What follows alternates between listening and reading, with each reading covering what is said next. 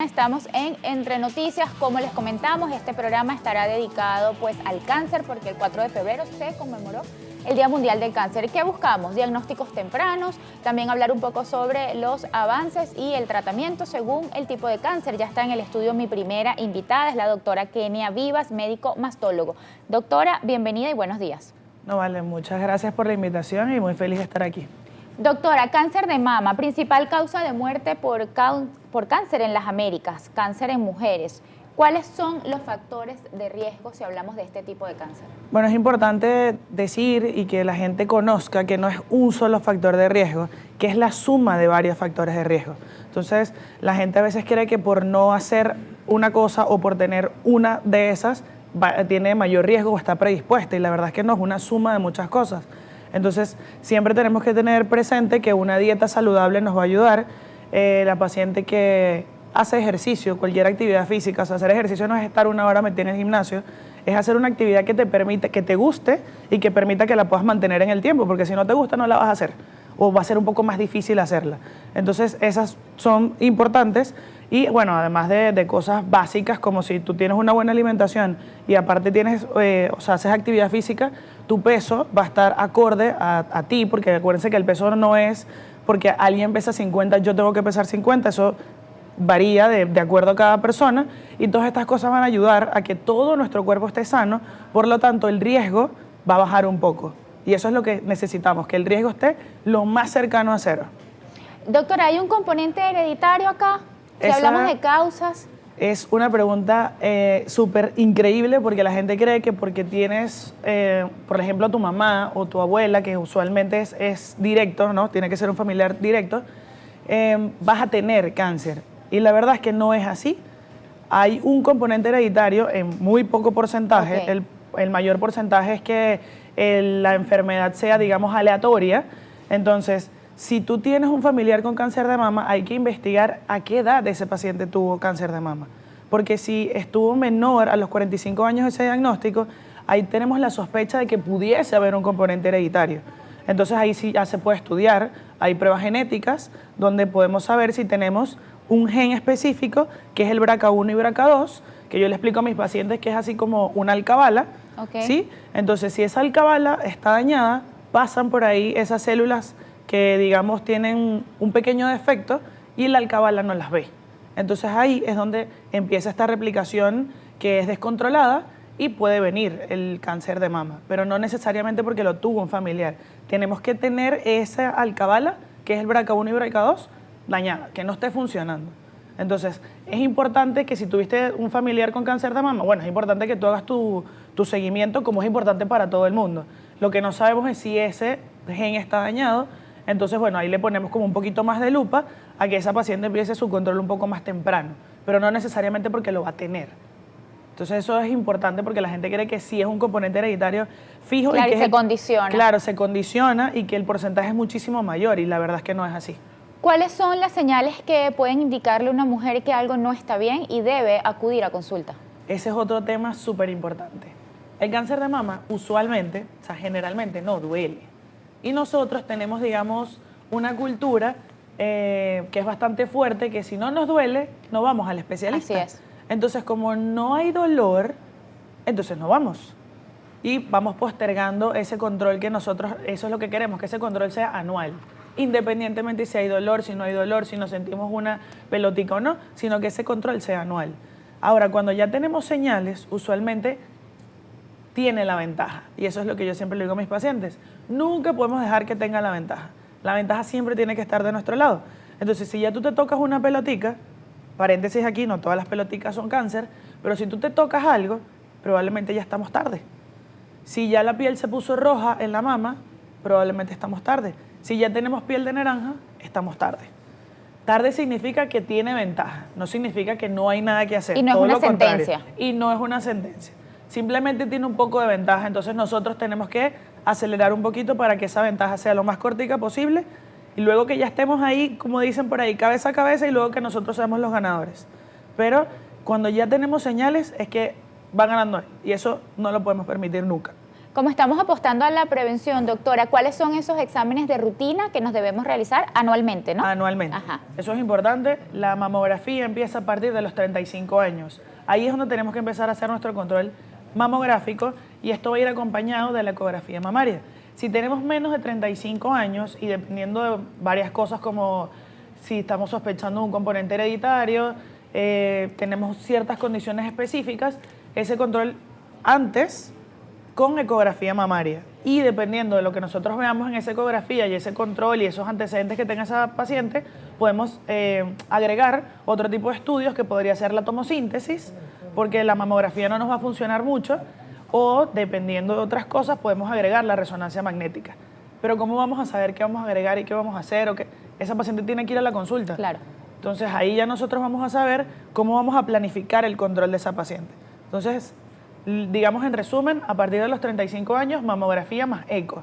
Siempre son las dos, porque tenemos que complementarlas. La mamografía ve unas cosas, el eco mamario ve otras, y entre los dos ya nosotros podemos tener, digamos, un scan completo de esa mama, y ya le podemos decir a esta paciente, mira, perfecto, nos quedamos con control anual con este y con este examen. Doctora, ¿tener prótesis mamarias es un factor de riesgo o esto es un mito? Un mito y hay que derribarlo. Tener prótesis mamarias no te condiciona o no aumenta el riesgo de tener cáncer de mama. Y te puedes hacer la mamografía, porque a veces dicen eso. Como que no es que yo no me la he hecho porque tengo prótesis y si se me rompen. No. Hay técnicos y hay médicos radiólogos que están especializados en todas estas técnicas, valga la redundancia, y saben cómo la van a hacer. De hecho, una paciente con prótesis tiene otras proyecciones. Se le hacen más proyecciones para poder ver la mama completa sin afectar en ningún momento la prótesis. ¿Cuál es el tratamiento? Y preguntarle si va a depender del estadio de este cáncer. El tratamiento, como les explico a mis pacientes, son 3 cosas fundamentales: cirugía, quimio y radio. Lo que va a cambiar es, como tú bien lo dices, depende del estadio y con eso nosotros vamos a movilizar estas 3 cositas que yo dije. Okay. Dependiendo del estadio, ahí vamos a saber si esa paciente se beneficia más de iniciar con quimioterapia o se beneficia más de empezar con cirugía. Y otra cosa que siempre hay que decir y que se lo digo a mis pacientes es que es muy difícil este diagnóstico, ¿cierto? Entonces cuando tú le dices a esta paciente que estas son las 3 cosas que hay que hacer y dice cirugía y quimio, ya esa paciente deja automáticamente de escucharte. Pero es porque, bueno, hay muchas cosas asociadas, primero al diagnóstico y segundo a la quimioterapia y después a la cirugía. Entonces, le estamos dando demasiada información y eso hay que irlo manejando poco a poco y a medida que van pasando las consultas para tú darle esa información y que esa paciente tenga tranquilidad. Porque no porque vamos a empezar por quimioterapia significa que estoy peor o que estoy más grave que alguien más. Okay. Porque siempre tu punto de comparación va a ser el que tú tienes al lado. ¿Sí? O sea, es inevitable. Yo veo a alguien y tú le dices, ay, si yo estuviese así de flaca. Y lo mismo pasa con esto, y no por banalizarlo, sino que es una paciente que va a buscar información. ¿Y dónde la vas a conseguir? Con alguien que está igual que tú o que se parece a ti. Entonces le vas a preguntar, ¿y tú por dónde empezaste? No, yo empecé por quimioterapia. Ah, eso significa que yo también, o que estoy mal, o que estoy peor, claro. Y por eso. Entonces le preguntas a otra y tú, pues no, yo empecé por cirugía. Eso significa que yo estoy mal y ella está bien porque empezó por cirugía. Y no es así. Va a depender de lo que sea el mayor beneficio para esa paciente, dependiendo del tipo del tumor, dependiendo de las características, dependiendo del estadio de esa paciente. Doctor, hablando de la cirugía, le pregunto, ¿todas las pacientes van a necesitar mastectomía? No, eso es otro mito que hay que derrumbar. Okay. Primero porque creen que cáncer de mama significa, o sea, es igual a extirpar toda la mama, y eso no es así. También creen que si yo extirpo toda la mama, significa que no me va a dar o que no me va a repetir, y tampoco es tan así. Lamentablemente, en medicina no todo es, digamos, específico, 1 más 1 es 2 y no tenemos para dónde agarrar y eso es así. La verdad es que no, hay muchas aristas, hay muchas cosas que considerar, pero sí es importante saber que cáncer no significa, no es una sentencia de muerte, que tener cáncer no significa que me van a quitar la mama y que como ya me dieron este diagnóstico ya no hay más nada que hacer, ya me voy a despedir, ya no, eso no es así, hay muchísimas cosas por hacer, la tecnología ha avanzado demasiado y eso se lo podemos ofrecer nosotros a los pacientes. Llegan preguntas en nuestras redes sociales, quiero compartirlas con usted, doctora. Buenos días, equipo, reportando sintonía desde temprano, excelente tema el de hoy. Quisiera le preguntaran a la invitada hasta qué edad hay que hacerse la mamografía. Tengo a mi mamá de 86 años y tenemos antecedentes de cáncer de seno en la familia. No tenemos una edad para terminar de hacer ese tipo. Ya tengo 80, ya no hace falta. No, si esa paciente tiene su vida normal, está viva, tenemos que seguir haciéndole sus controles. Anuales. Anuales, siempre. Porque eso no significa que a cierta edad no nos va a dar. Nunca, o sea, esa certeza no la tenemos, lamentablemente. Estamos trabajando en eso, ojalá la podamos tener. Pero si es una paciente de 80 años y hay antecedentes importantes, ella perfectamente se puede hacer mamografía y eso no va a sumar nada, digamos, malo para ella. O sea, hacer la mamografía una vez al año no te va a ti a aumentar el riesgo de sufrir algo de la mama u otra cosa, que eso es un mito también importante. No me voy a hacer la mamografía porque eso es radiación y si es radiación, si tengo cáncer me lo va a poner peor, si no lo tengo me va a predisponer. Eso está probado. No va a pasar absolutamente nada de eso, más bien vamos a prevenir o vamos a diagnosticar a tiempo, que esa es la meta que tenemos como sociedad anticancerosa, como médicos. La meta es esa, diagnóstico precoz, porque el diagnóstico precoz nos abre a nosotros un abanico de opciones para esa paciente. Entonces siempre vamos a apuntar a eso y si nosotros lo recomendamos es porque definitivamente la opción riesgo-beneficio es muchísimo más el beneficio que el riesgo.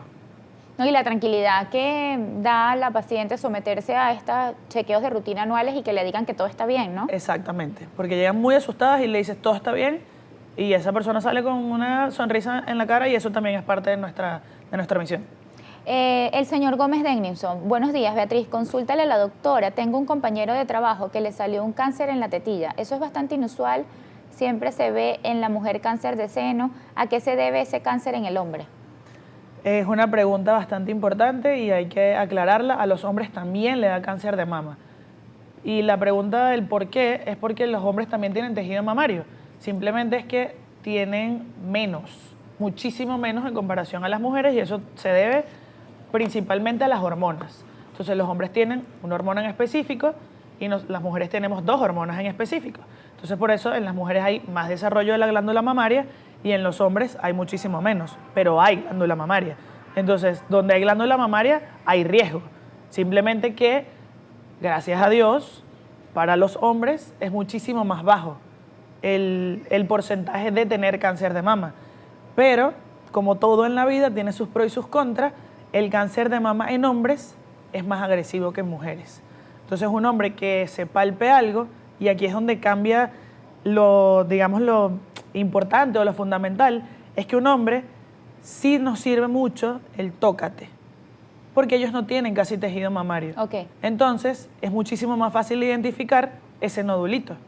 Entonces, cuando un hombre se toca un nódulo, eso tiene que ir inmediatamente a ver, porque tenemos que descartar que no sea un cáncer de mama, que ya como dije, es bastante agresivo. Doctora, ¿qué tan importante es el apoyo familiar en esta paciente si hablamos de aceptación del diagnóstico en ese momento? Fundamental. O sea, parte del equipo multidisciplinario, además de, en mi caso, la parte de mastología, oncología médica, nutrición, psicología, todo, en la red familiar es fundamental. Tú necesitas ese apoyo de la familia porque tu paciente está pasando por un momento súper difícil. Tú literal le acabas de quitar la alfombra y tú necesitas a alguien que la sostenga. Hay pacientes que en verdad no tienen ese apoyo familiar por múltiples razones y consiguen esa red de apoyo en otras pacientes que también están pasando por lo mismo. Y es un antes y un después, porque esa paciente llega sola y después, digamos, en el grupo de la quimioterapia, porque se hacen hasta sus grupos de WhatsApp y todo, ella consigue ese apoyo ahí y tú ves la diferencia de esa paciente de cuando llegó a cómo va evolucionando. Porque la actitud es el 60, el 70% de todo, para todo. Y esa paciente cambia definitivamente cuando tú la ves la primera vez en la consulta a cuando ya va por su 4º ciclo y ya te está echando los cuentos de qué pasó en la sala de quimioterapia e incluso las acompañan.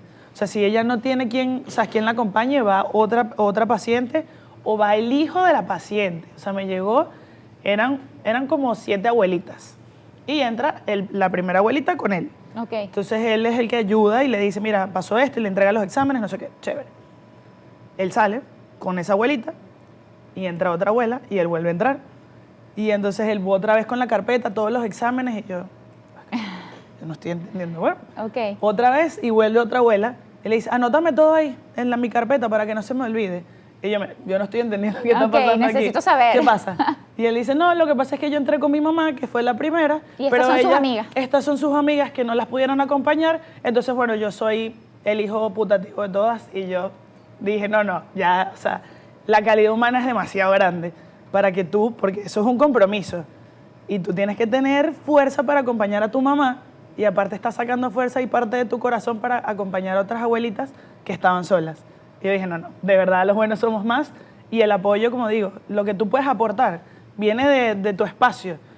Él no es médico, no tiene ningún tipo de conocimiento de nada de eso. Y él lo hizo, bueno, porque le salió Empatía. por empatía y estás ayudando y estás aportando. O sea, aportar no es nada más monetario, aportar no es nada más subir una historia o dar información, es aportar desde donde lo que tú puedes hacer.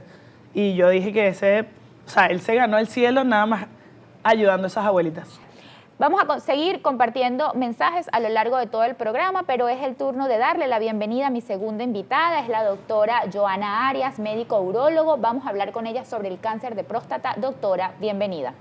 Gracias, ¿cómo estás? Hola. Doctora, Buenos ¿con días. qué frecuencia un hombre debe ir al urólogo? ¿A partir de qué edad? ¿Y cuáles son esos chequeos de rutina que ustedes realizan?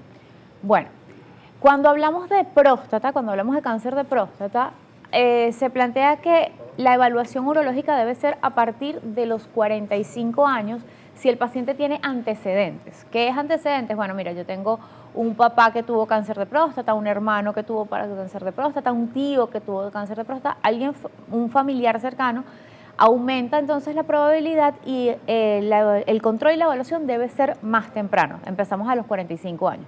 Para el resto de la población empezamos a los 50 años. Entonces, si hablamos de factores de riesgo en este tipo de cáncer, los antecedentes familiares son uno.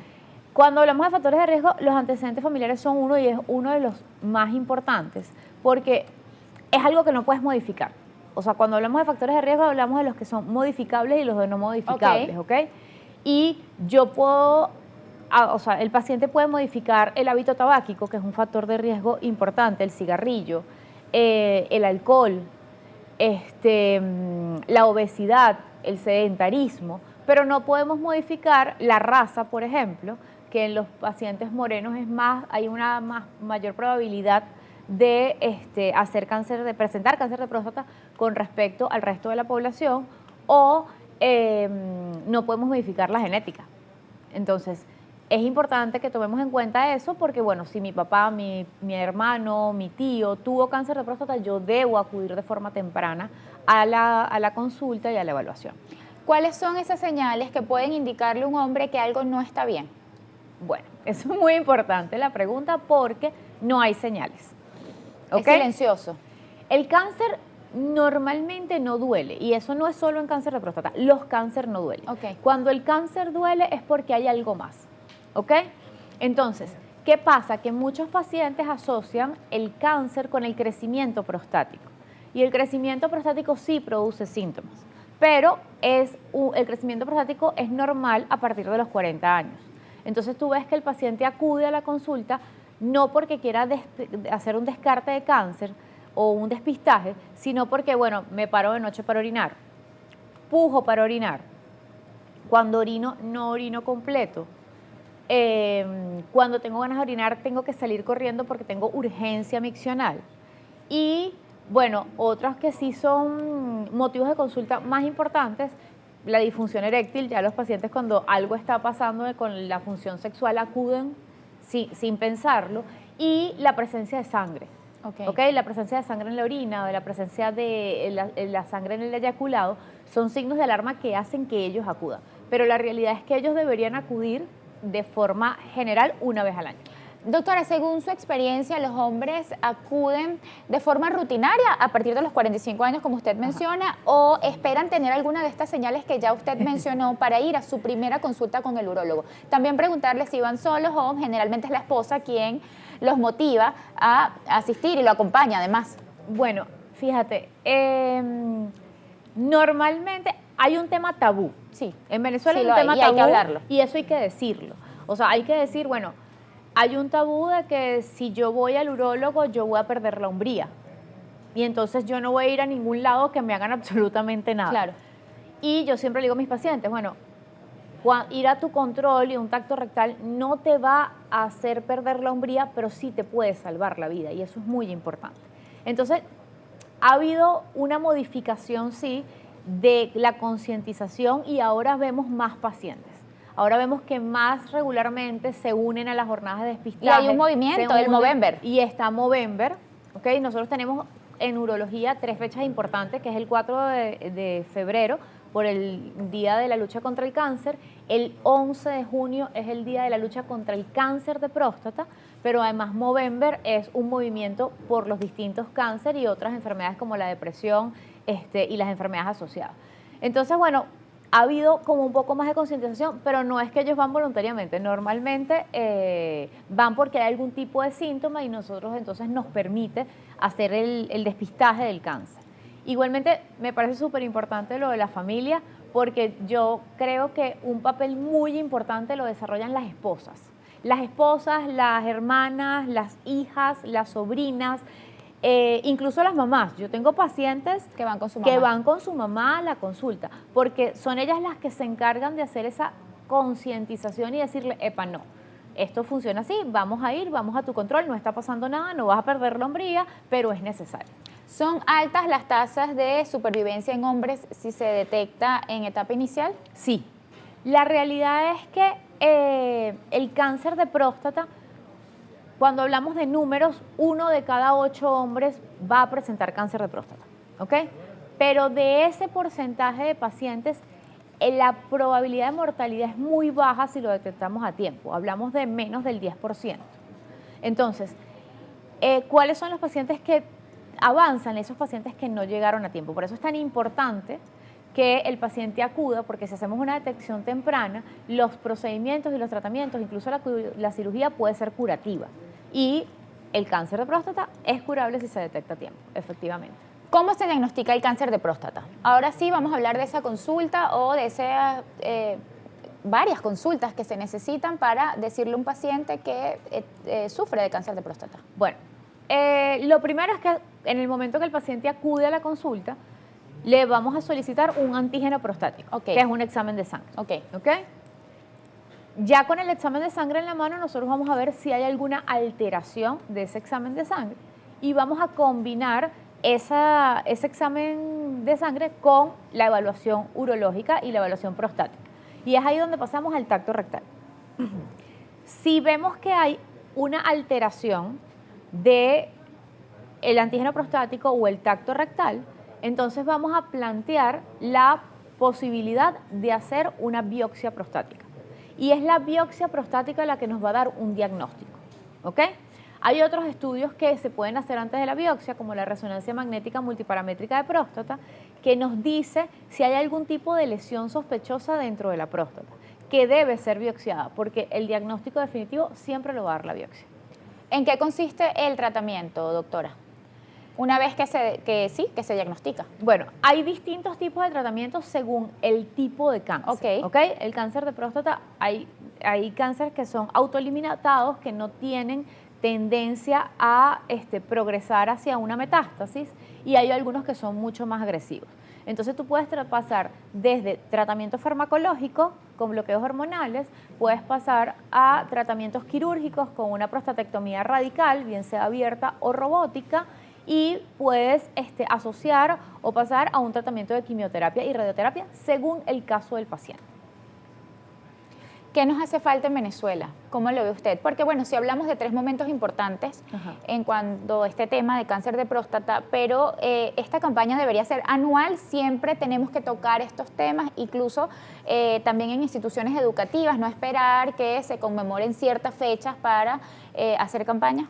Sí, claro que sí. Yo creo que lo que nos hace falta en Venezuela es concientización, porque en la medida en que nosotros hagamos conciencia de que debemos ir al médico, de que es importante la consulta, de que debemos estar ahí, eso va a hacer que podamos hacer un diagnóstico más temprano y podamos entonces darle las mejores opciones al paciente para que podamos ayudarlo con la enfermedad. Pero además no solo conciencia en cáncer de próstata, es que hay una serie de cáncer de la vía urinaria que no somos conscientes. Por ejemplo, el cáncer de testículo. El cáncer de testículo es un cáncer en pacientes jóvenes, entre 15 y 35 años. Entonces, nadie asocia que un muchacho de 20 años que tiene un testículo duro pero que no le duele, tiene que ir al urólogo. Ah, no, eso está ahí duro y no me duele. Y eso muy probablemente es un cáncer. O la relación que tiene el tabaco, el cigarro con el cáncer de vejiga, que además es más común en mujeres y no lo asocian, no lo piensan. Todo el mundo dice cáncer, cigarro, cáncer de pulmón, pero no hablan de el cáncer de vejiga o la relación que tiene el BPH con, por ejemplo, el cáncer de pene y la importancia que tiene ese contacto de BPH con un hombre con BPH con la relación del cáncer de cuello uterino en mujeres. El 4 de febrero se conmemoró el Día del Cáncer.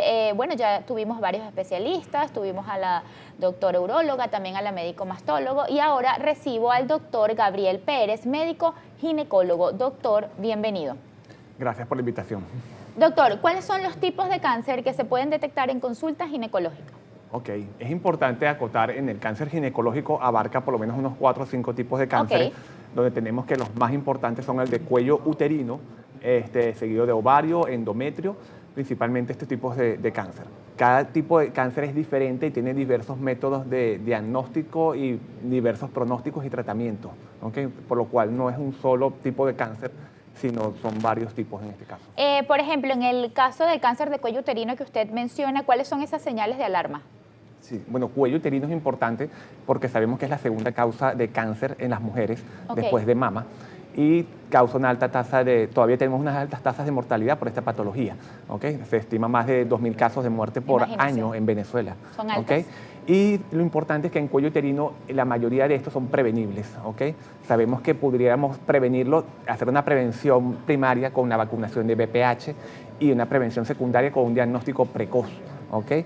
El diagnóstico precoz se basa en el chequeo ginecológico anual con una citología una citología de cuello uterino, una prueba de VPH y la evaluación colposcópica del cuello uterino.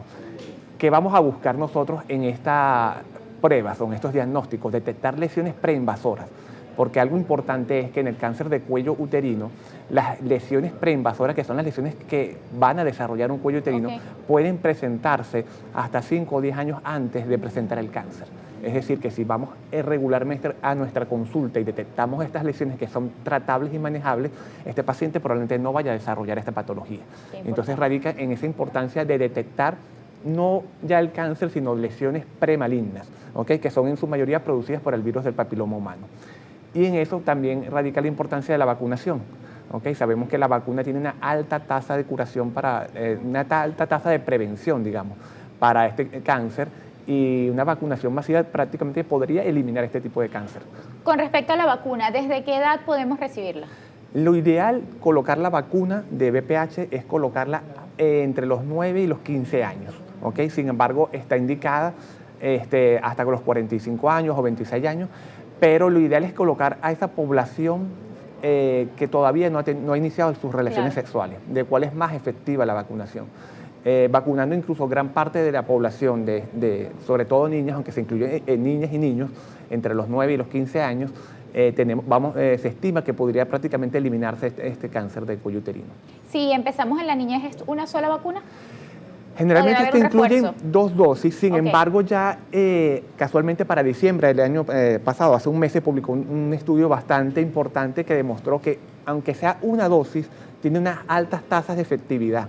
¿Okay? Entonces el problema con la vacunación es que a veces no es accesible para todas las pacientes, pero por lo menos una dosis es ya bastante efectivo. Si se pueden colocar las 2 es lo ideal, pero ya una dosis tiene una alta tasa de efectividad en la prevención del VPH. Doctor, cáncer de ovario, ¿cuáles son esas señales que le pueden decir a una mujer que no está bien? Sí, algo? bueno, con el cáncer de ovario ocurre, en mortalidad, en cáncer ginecológico es el segundo cáncer ginecológico más mortal, y no porque sea el más común, sino porque tiene una alta tasa de mortalidad. ¿Es agresivo? Es agresivo. La proporción de casos nuevos y muertes es bastante alta. ¿Okay? Y lamentablemente la mayoría de los cánceres de ovario se diagnostican en etapas avanzadas. ¿Okay?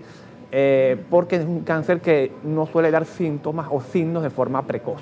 ¿ok? No es un tumor que se desarrolla en el ovario y en el cual probablemente no vamos a detectar un síntoma precoz, pero es importante tomar algunos síntomas como una distensión abdominal, dolor abdominal persistente, alguna molestia pélvica, siempre acudir a tu médico para evaluar, con una ecografía transvaginal en este caso o pélvica, para evaluar los ovarios si hay la presencia de una masa. Y ante la presencia de cualquier masa en ovario que no debería estar, debe ser evaluada por un especialista para tomar la conducta adecuada. ¿Cuáles son esos chequeos anuales que debe realizarse toda mujer sin tener señales de alarma? Sí, igualmente siempre debe hacerse su chequeo anual ginecológico, en la cual el médico le indicará los estudios que hay que realizar.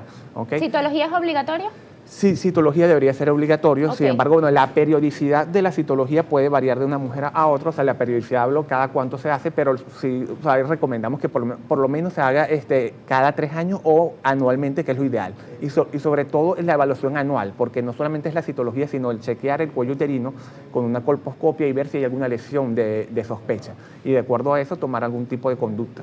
¿Okay? Igualmente, la ecografía transvaginal o pélvica no es obligatoria hacerla todos los años, pero también de acuerdo a los síntomas del paciente y durante la evaluación ginecológica se decide si se hace o no. No, y hablamos en el programa sobre la tranquilidad que produce, saber que todo está bien, ¿no? Sí, totalmente. O sea, porque es importante, como te dije, muchas de estas patologías son prevenibles, sobre todo el cuello uterino, ¿okay? Que sigue siendo la primera causa de tanto en números como en muerte en cáncer ginecológico, y muchas de esta patología podría ser prevenible tanto, bueno, por la vacunación o como tratamientos de lesiones preinvasoras. En los cánceres que se pueden detectar en consulta ginecológica, en cuanto a factores de riesgo, los antecedentes familiares también están. Sí, como dije, cada cáncer de estos ginecológicos es diferente. Es diferente. Tiene factores diferentes, o sea, se originan de forma diferente. Por lo menos el cuello uterino no es tan hereditario, no es tan genético, es más está asociado a BPH. Pero por lo menos ovario sí es más hereditario, ¿ok? Y endometrio, que es el que se produce en el cuerpo uterino. Entonces, cada cáncer es diferente, pero sí el factor hereditario genético siempre es algo que se entrevista y es un factor importante a considerar. ¿Cuándo se considera necesaria una histerectomía? Bueno, la histerectomía siempre va a ser indicada, hay causas no oncológicas y oncológicas. Ok, en el caso de las oncológicas. De las oncológicas hay que tomar en cuenta que por lo menos en cáncer de cuello uterino no siempre se va a realizar una histerectomía. ¿Okay? Muchas mujeres creen o van a la consulta porque tienen a lo mejor un cáncer de cuello uterino, que el cuello uterino es la porción más inferior del útero, y quieren que se les realice una histerectomía. Y muchas veces estos pacientes lo que requieren es un tratamiento de radio y quimioterapia. ¿Okay?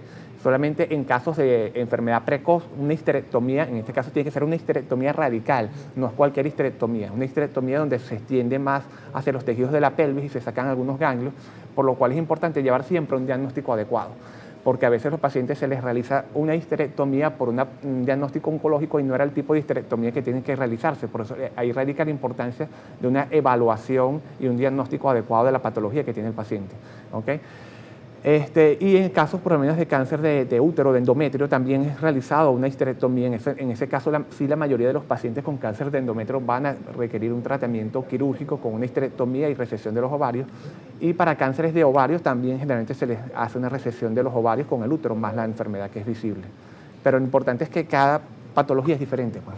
Usted menciona algo que quiero destacar, y es que en el caso de la histerectomía, las pacientes oncológicas piensan que es necesaria en todos los momentos. Entonces le pregunto sobre el consumo de información, buscar fuentes oficiales, confiar en el equipo médico que me está atendiendo, porque la verdad es que en redes sociales, en internet, hay todo tipo de publicaciones, y esto también puede condicionar a una paciente que acaba de ser diagnosticada. Sí, es importante buscar información buena y llevarse por los médicos especialistas que le van a guiar qué es lo que debe realizarse, no solamente por la información que leyó en una red social o por la que le pasó a mi vecina, o le pasó al vecino, o la experiencia de otros pacientes, porque cada paciente es diferente, va a depender del estadio de su enfermedad y de la patología que tiene.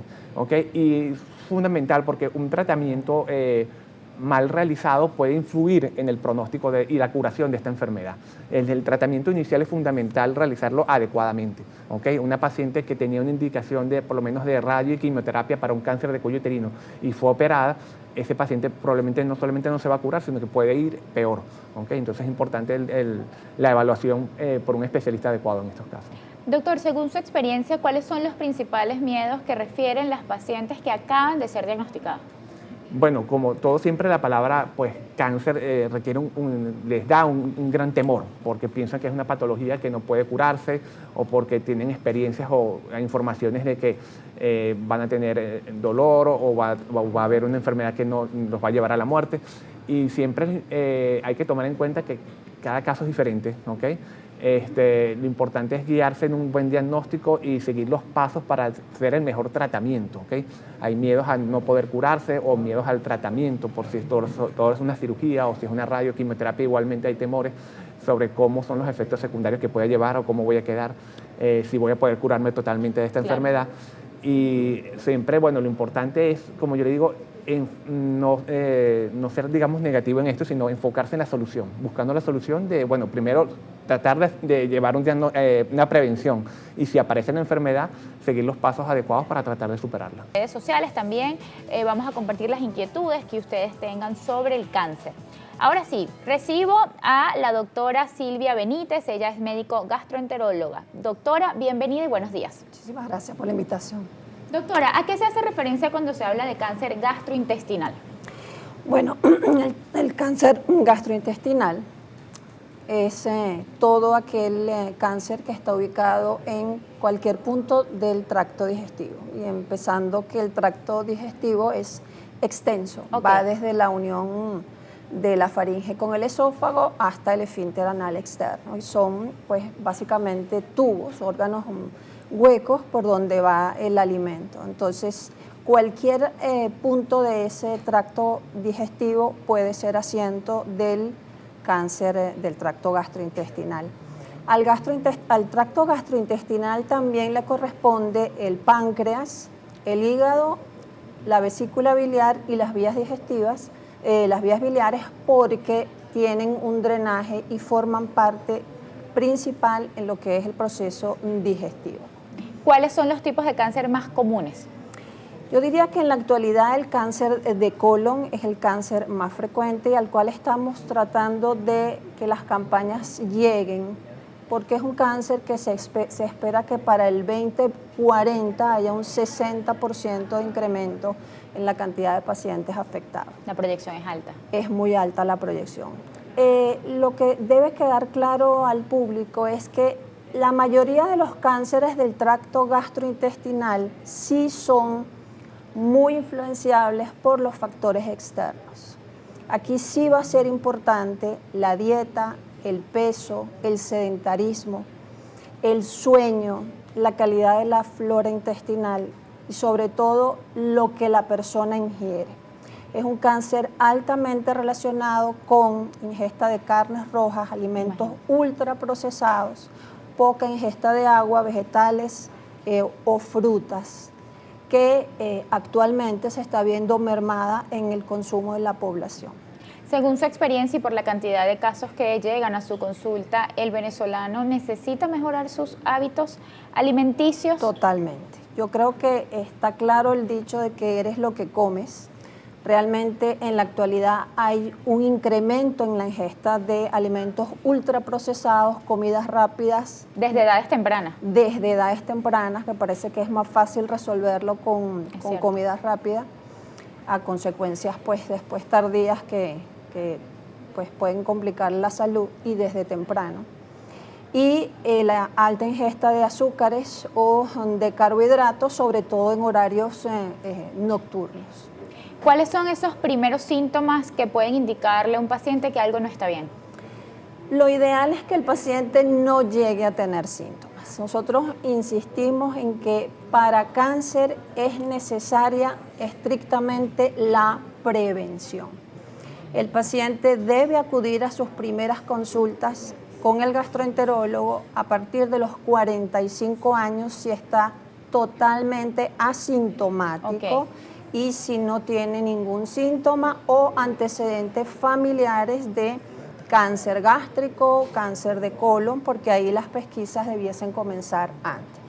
Estamos hablando de que hay que entender que sin síntomas la evaluación gastroenterológica debería comenzar a los 45 años, donde tú en consulta, aparte de examinar al paciente, le indicas básicamente un eco abdominal y ahí tienes digamos, un panorama de cómo está el hígado, cómo está la vesícula, cómo está el páncreas, porque entonces ahí te concentras en lo que sería la pesquisa del tracto digestivo propiamente dicho con las endoscopias. A partir de los 45 años, ¿todos debemos realizarnos una colonoscopia o no necesariamente? Si todavía también preguntarle, ¿hay miedo con respecto a este examen?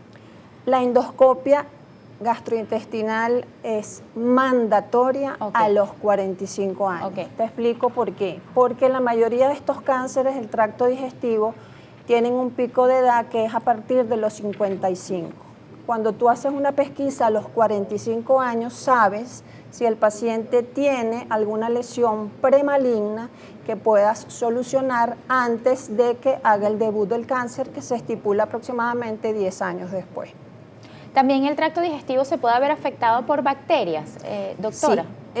En gastroenterología, digamos que en la parte digestiva, el cáncer gástrico está 100% relacionado con la infección por el Helicobacter pylori, que es una bacteria que se adquiere intrafamiliar y en Venezuela a edades muy tempranas, entre los 4 y 5 años de edad. Imagínese.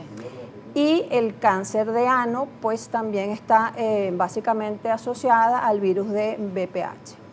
¿Cuál es el tratamiento según el tipo de cáncer que tengamos? Dependiendo del estadio, como todo en cáncer, ya las charlas anteriores ha quedado puntual, eso va a depender del estadio en que se haga el diagnóstico. Lo ideal es endoscopiar a un paciente sin síntomas para saber, por ejemplo, en cáncer gástrico, si el Helicobacter está presente, y no es solo la presencia del Helicobacter, sino la reacción que tiene el sistema inmunológico de cada paciente ante la infección del Helicobacter pylori. Es decir, si ya el tiempo de infección con esta bacteria ha hecho cambios crónicos de gastritis, si ya hay atrofia gástrica y si hay metaplasia intestinal, porque eso ya son condiciones premalignas que en algún momento pueden desarrollar un cáncer.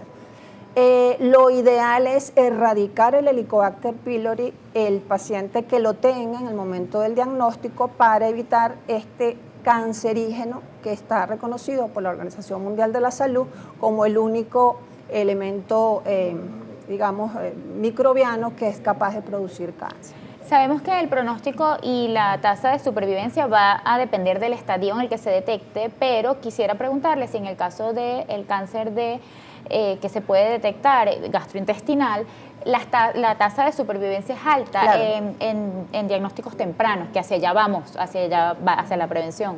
Otra cosa que es importante dejar clara es, el cáncer gastrointestinal amerita que haya una inflamación crónica y persistente del órgano el cual va a terminar desarrollando un cáncer.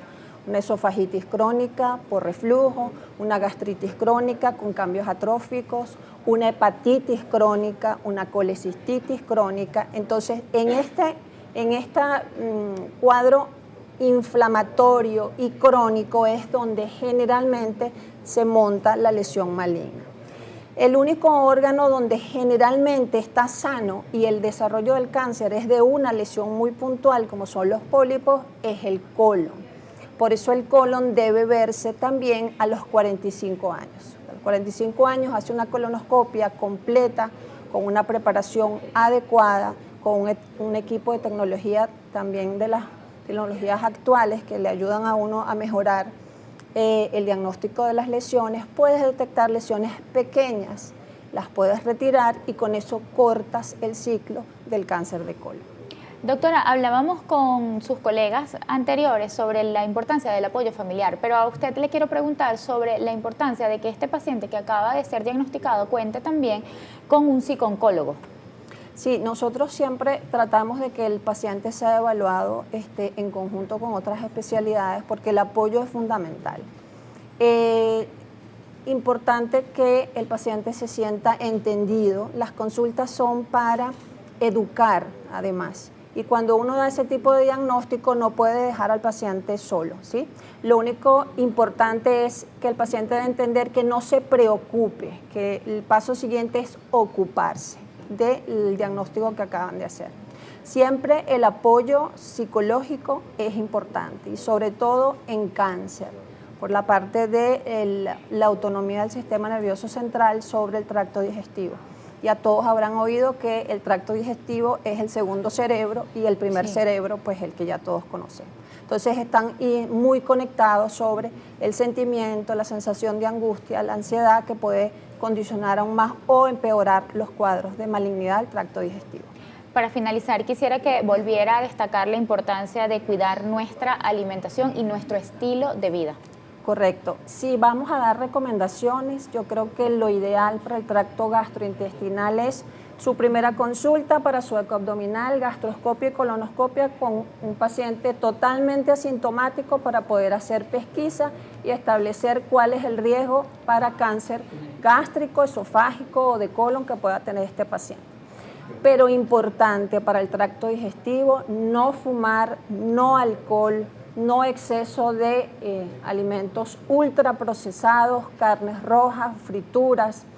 Hay que incrementar la ingesta de vegetales, ensaladas, hacer ejercicio y dormir bien.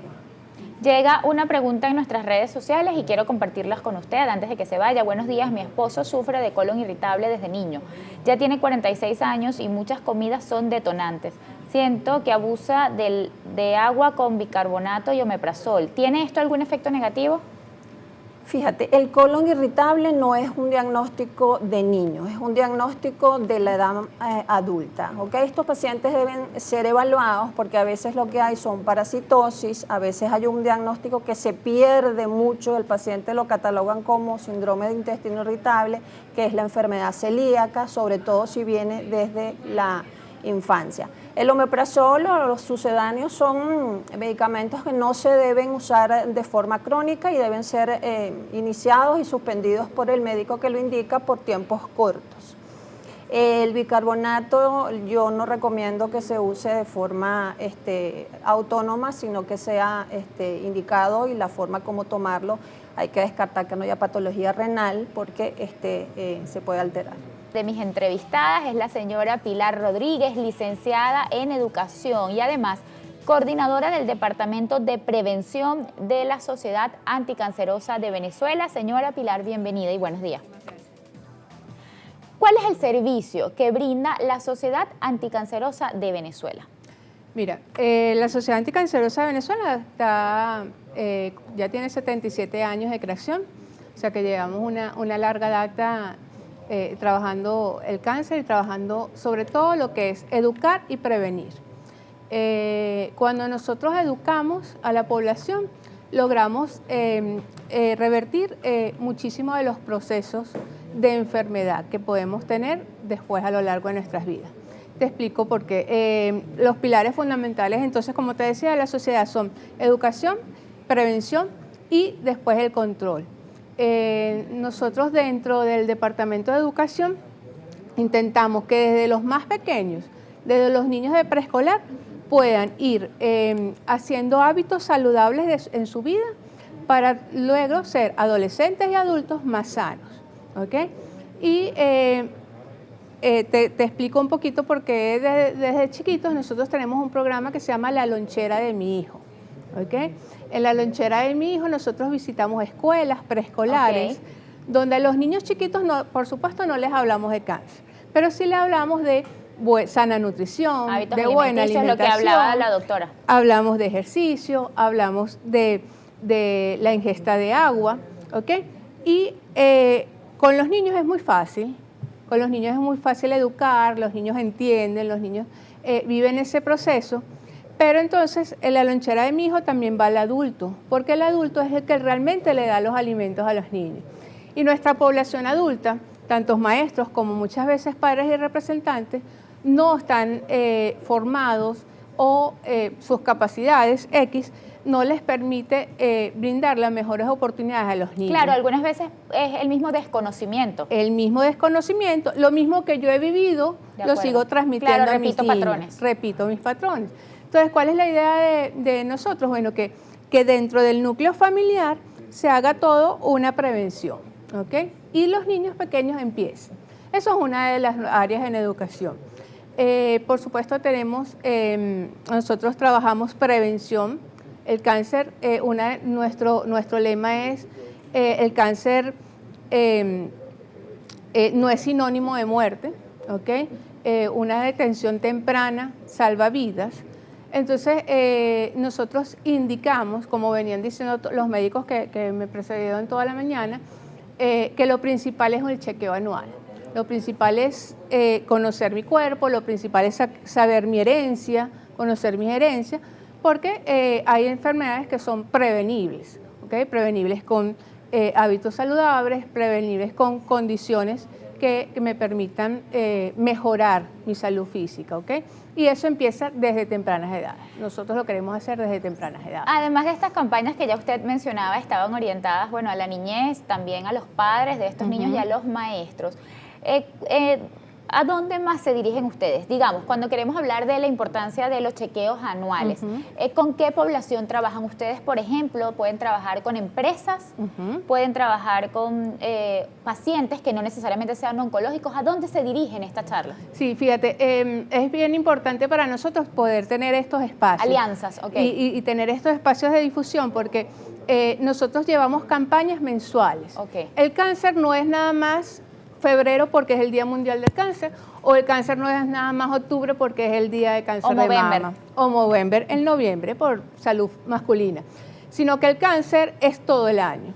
Y el cáncer, como estabas viendo antes, hay cáncer de cuello uterino, hay cáncer de mama, hay cáncer de estómago, hay cáncer de pulmón, que es uno de los principales causas de mortalidad en nuestra población.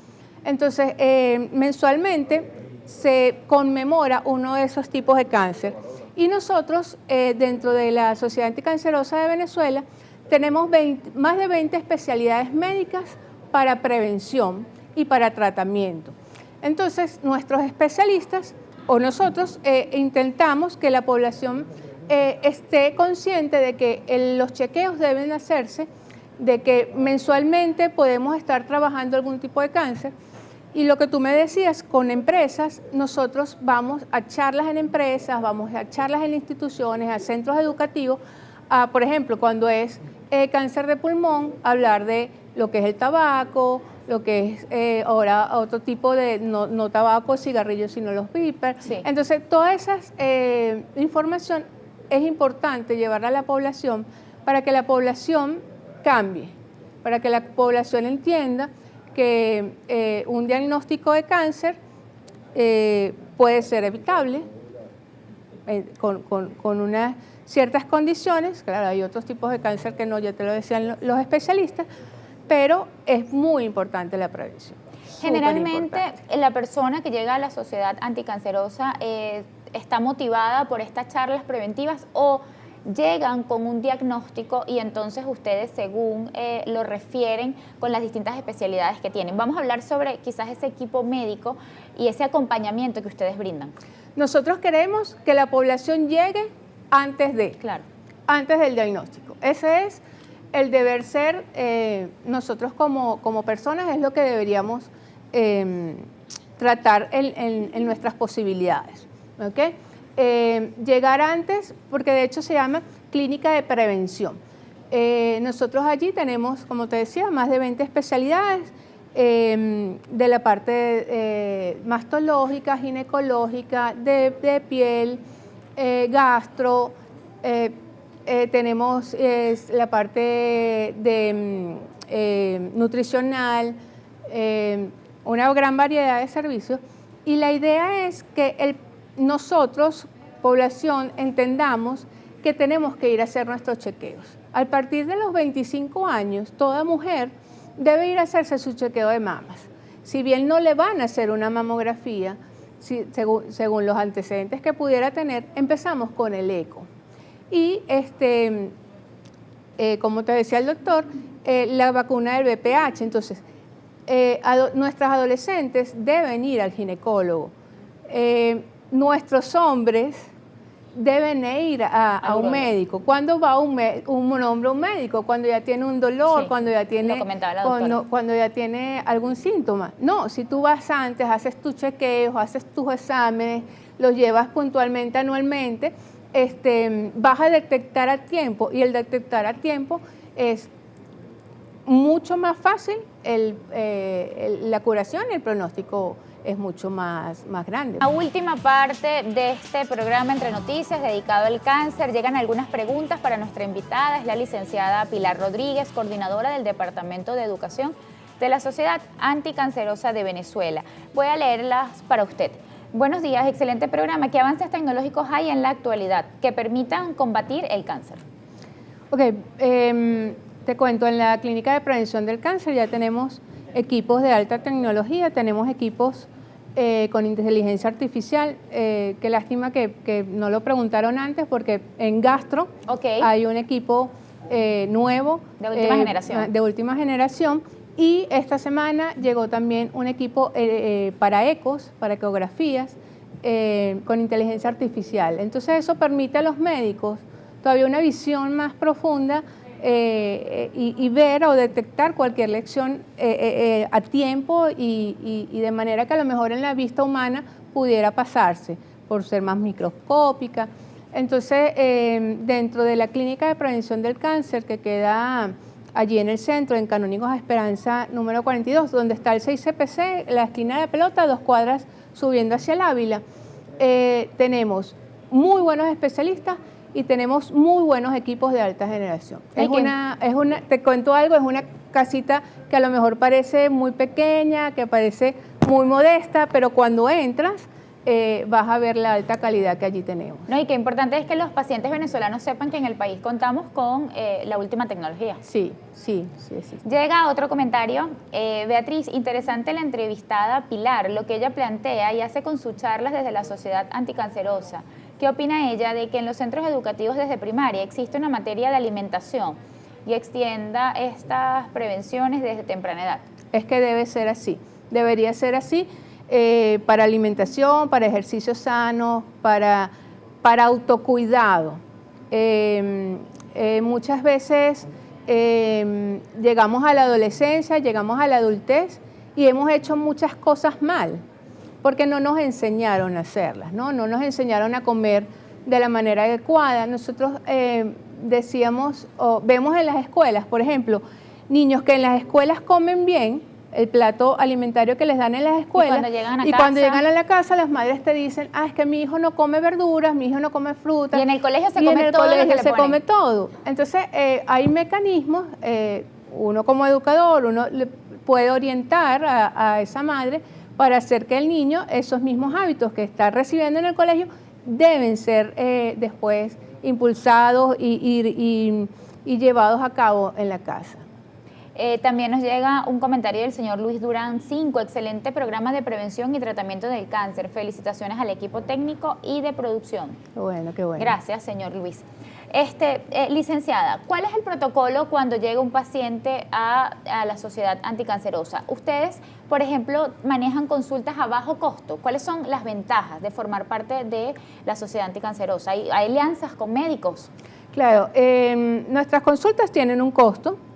Un costo más bajo que probablemente que en otras sedes. Claro.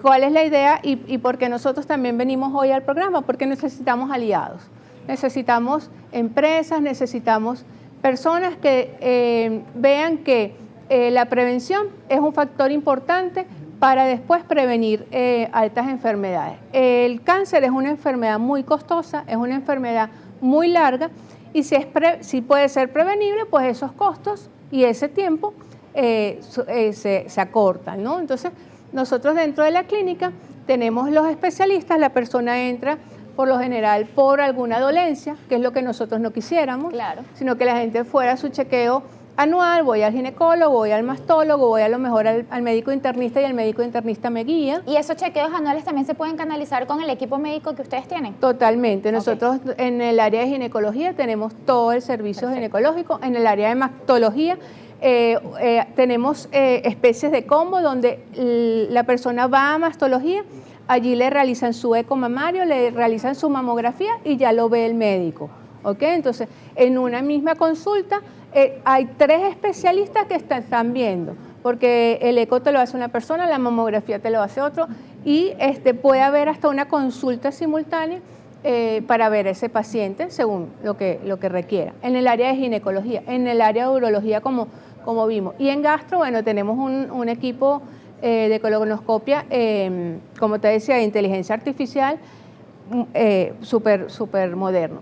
Y importante, una de las labores que hace la Sociedad Anticancerosa de Venezuela es formar fellows, formar becarios en estas áreas. Entonces, dentro de nuestras consultas están estos médicos preparándose, claro, y apoyan toda nuestra intervención, ¿no? Y toda nuestra ayuda. Son médicos en formación, entonces imagínate también lo importante que es ellos tratando de conocer más del paciente, tratando de conocer más de la enfermedad, de verdad una área bien importante. Para toda la formación de fellows, nosotros también necesitamos recursos.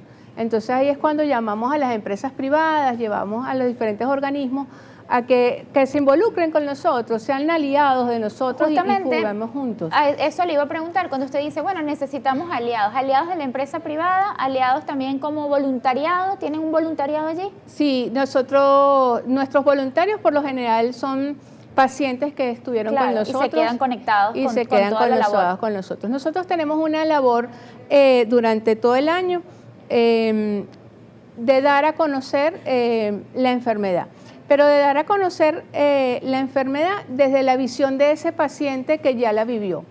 Yo soy paciente oncológica, okay, y uno pasa por un proceso difícil, pero cuando logras pasarlo, es importante que esa otra persona que está viviendo ese proceso te escuche y te vea. Y nosotros trabajamos de manera integrativa. Y entonces no solamente vamos a charlas, sino nosotros hemos hecho exposiciones, hemos hecho obras de teatro, hemos hecho cómics, donde se narran las historias de esas pacientes y donde la población puede ver lo que es pasar por un proceso de cáncer, ¿no? Bueno, quiero aprovechar que nos acaba de decir que usted es paciente oncológica, ese testimonio, y preguntarle primero si durante su enfermedad contó con el apoyo de la Sociedad Anticancerosa o si llegó a ellos después. No, yo llegué al principio por la sociedad, no hice el proceso con la sociedad, pero sí fue un ente que me guió en mis chequeos. Justamente esa es mi segunda pregunta. ¿De qué forma conocer sobre la Sociedad Anticancerosa marcó una diferencia en la forma en que usted transitaba la enfermedad? Sí, fíjate, una de las cosas que vivimos los pacientes y que viven los pacientes es que, y te lo decía una de las doctoras, es una enfermedad muy larga, que lleva muchos procesos. Y si tú cuando empiezas ves todo lo que tienes que transitar, eso te desmotiva, claro, y eso te baja los ánimos, ¿no? Entonces, una de las labores que tiene la Sociedad Anticancerosa de Venezuela es llevar ese proceso guiando al paciente. No es lo mismo una gripe, que lo curas en 2 o 3 días, que un proceso oncológico, ¿no? Entonces, a través de la sociedad y a través de ese enfoque integral que tenemos, los pacientes pueden llegar, pueden recibir información, pueden recibir a dónde pueden ir, dónde deben acudir, dónde busco los medicamentos, qué centro de radioterapia me es más conveniente. Todos los especialistas que trabajan con nosotros trabajan también en diferentes organismos, en diferentes hospitales y clínicas. Tenemos convenios con diferentes hospitales, con diferentes clínicas para... nosotros, por ejemplo, hoy en día no tenemos servicio de radioterapia, pero entonces son referidos a otros servicios de radioterapia. Pero el médico oncólogo sigue con ese paciente, sigue guiándolo, sigue viendo las intervenciones que se están haciendo a lo mejor en otros espacios. Ese acompañamiento dentro de la Sociedad Anticancerosa de Venezuela con nuestros médicos hacia el paciente es de suma importancia. Los pacientes oncológicos muchas veces se ven perdidos en qué es lo que debo hacer. Y esa es una de las misiones que también tiene el Departamento de Educación, que es guiar a ese paciente por los procesos, explicarle qué es lo que va a vivir en esos procesos y por qué es importante, bueno, vivirlos de la manera adecuada también. No, y qué bonito explicarlo desde la primera persona. Yo viví Sí. esto, yo me puedo identificar contigo, yo Sí. soy un testimonio de paciente oncológico, ¿no? Ujú. Sí, porque de hecho son los voluntarios pacientes oncológicos los mejores para guiar a otro paciente oncológico, indudablemente. ¿Ustedes operan solo en Caracas o también cuentan con una red de apoyo en todo el territorio nacional? ¿Atienden a lo mejor en Caracas a pacientes que vienen del interior del país? Nosotros atendemos Caracas. Ok. Hay, durante muchos años, la Sociedad Anticancerosa de Venezuela eran muchos núcleos, pero bueno, los núcleos fueron separándose. Hay varias sociedades anticancerosas en diferentes estados, pero la que nosotros representamos hoy es la Sociedad Anticancerosa de Venezuela, que funciona en Caracas. Pero contamos con las unidades de clínicas móviles. Nosotros tenemos 4 unidades, 4 camiones, que sí pueden ir a cada una de las localidades y a cada una de las empresas con el servicio de mastología, de ginecología, de urología y cáncer de piel.